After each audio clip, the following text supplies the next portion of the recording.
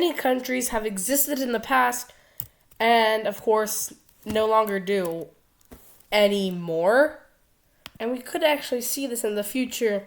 Unfortunately, we could see this in the future with Ukraine. Hopefully, we do not, though. So, we're going to actually look at some historical countries that, of course, no longer exist and basically choose capital cities for extinct countries.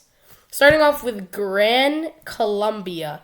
This existed, I don't know when it started, but it was dissolved in 1831, apparently, due to the political differences that existed between supporters of federalism and centralism, as well as regional tensions among the people that made up the republic.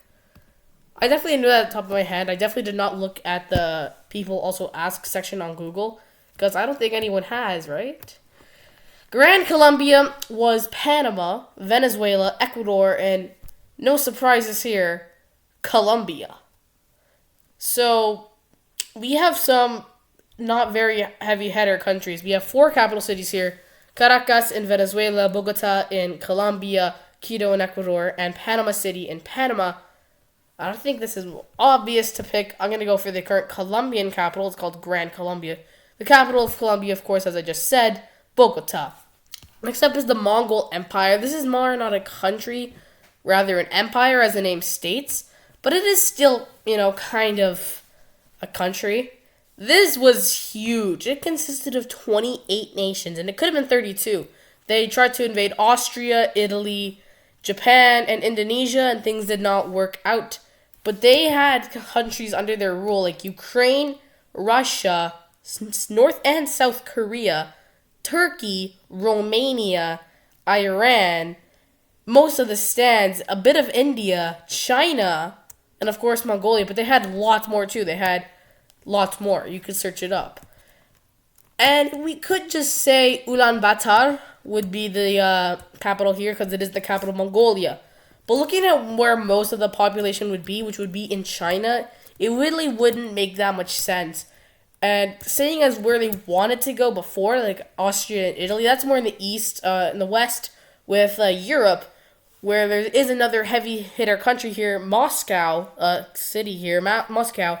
There's also Kiev there in Ukraine, so they could go for that. So maybe this could also dissolve the conflicts between Russia and Ukraine, because if they're in the same country, Although that doesn't really fix everything, because here in Canada, we don't really fight, but we still kind of hate each other. Like, most of the provinces, especially like British Columbia and Ontario, they hate Quebec. Like, seriously. It's not really hate, but moderately dislike. So I'd say that the capital of maybe the Mongol Empire would either be Ankara, because from Turkey, Seoul from South Korea, Beijing from China, or Moscow from Russia.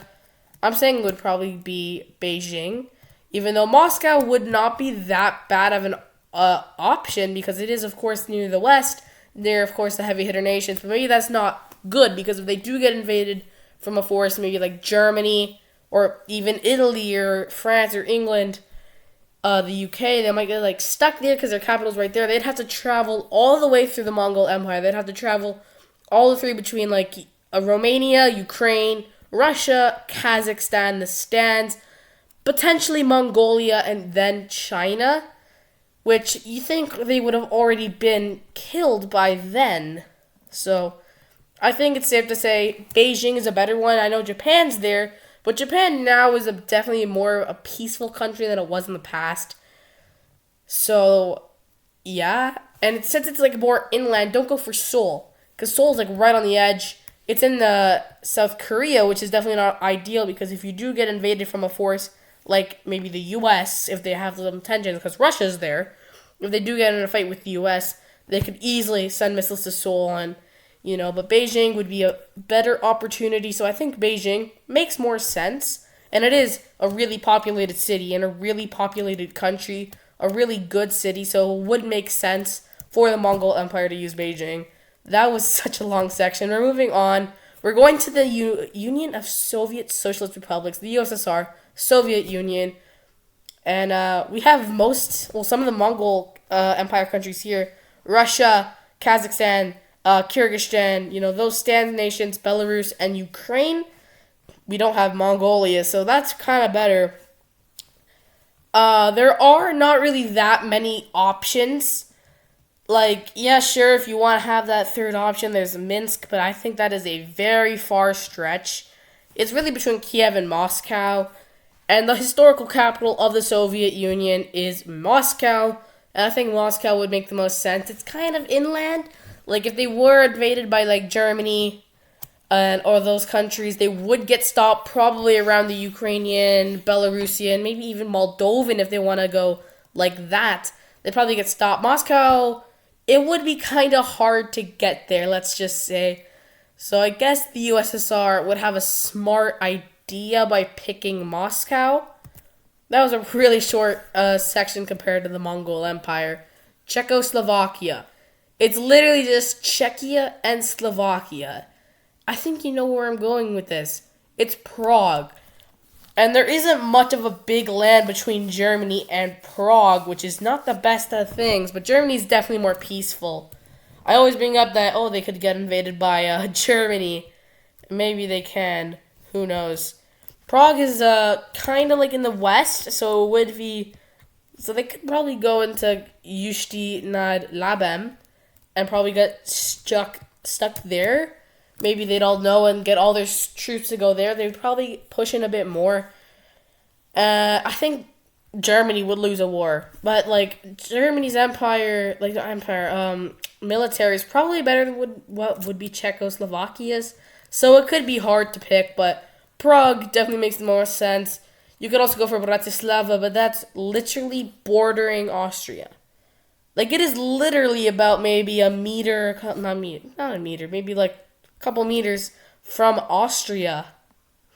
So Germany could just go invade Austria, which we've seen that in the past, 1936 or 7. And then they could go there and try and get Bratislava. Well, so Prague, you could save Austria, just go down there and maybe get stuck. Pletzen would also be a good opportunity, but that's like really close as well to the Germany border. So I think it would be a better opportunity and a better strategy to go for Prague as your capital. Next up is Yugoslavia. You have Slovenia, Croatia, Bosnia, Serbia, Montenegro, Macedonia, and Kosovo. So, the thing is here, you have some really good nations. Like, I know war just tears these countries apart, but other than that, you have some really good nations. You have some really interesting potential capital cities. From Slovenia, you got Ljubljana, Croatia, Zagreb. Bosnia, you have Sarajevo. That's not it from Croatia. Of course, you have like countries, cities like Split. You have cities like Osijek and stuff like that. Serbia, you have Belgrade. And that's really it. Montenegro, Podgorica, Kosovo. You have like Drenica, Jakove. You also have Pristina. Macedonia is really just Skopje. So I don't think any of those nations would be good because you could get invaded by Greece. Greece could probably take over Macedonia in like 2 seconds. That would not be good for Skopje. And then maybe try and invade Kosovo. That would not only get basically interfered by Yugoslavia, also get interfered by Albania as well, which could strike up a military alliance between the two. It is really, really out there. It's out there. It was probably never going to happen. An Albanian-Yugoslavian military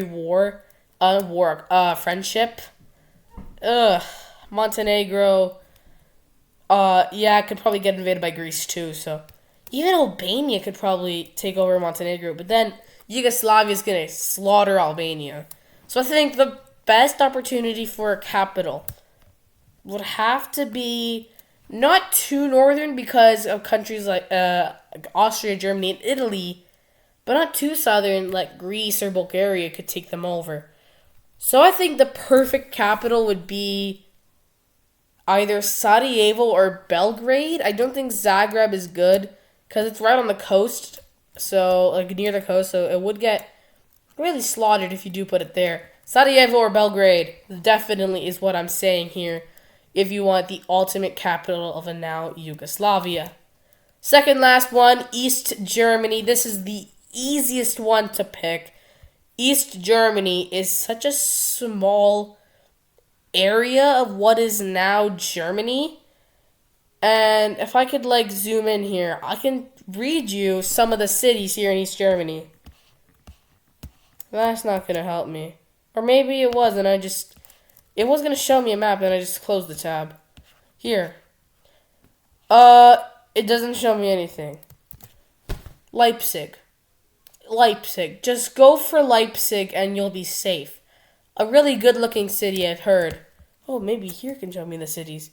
Yeah. Frankfurt. Frankfurt's in East Germany? That's crazy. Dresden? Nah, go for Leipzig. It's really central. Yeah, it would be kind of hard for Germany to invade you. Poland, Czechoslovakia. It says Czechoslovakia there. Czechia. Although I wouldn't be too scared of Czechia. Maybe France could like go around or something. But yeah, Leipzig. And then our last one is Austria-Hungary.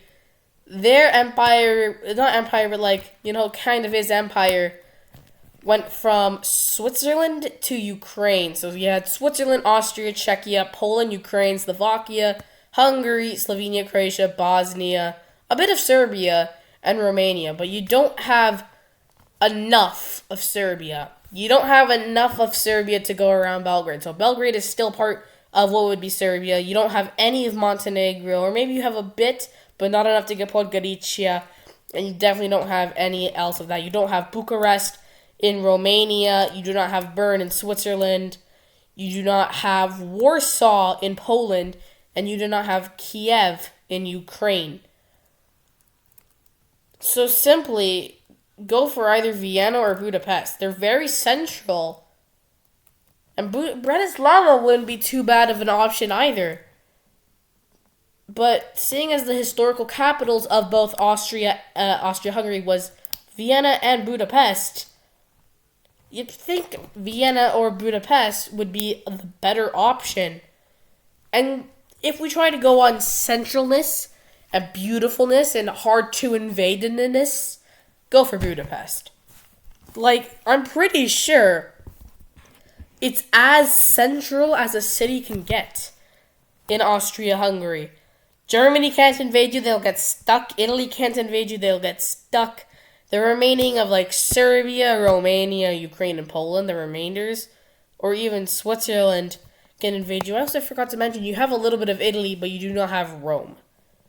Or really, for that matter, any good, interesting ones. But yeah, Budapest would make the most sense as a capital of what could be now Austria-Hungary. And with that, peace.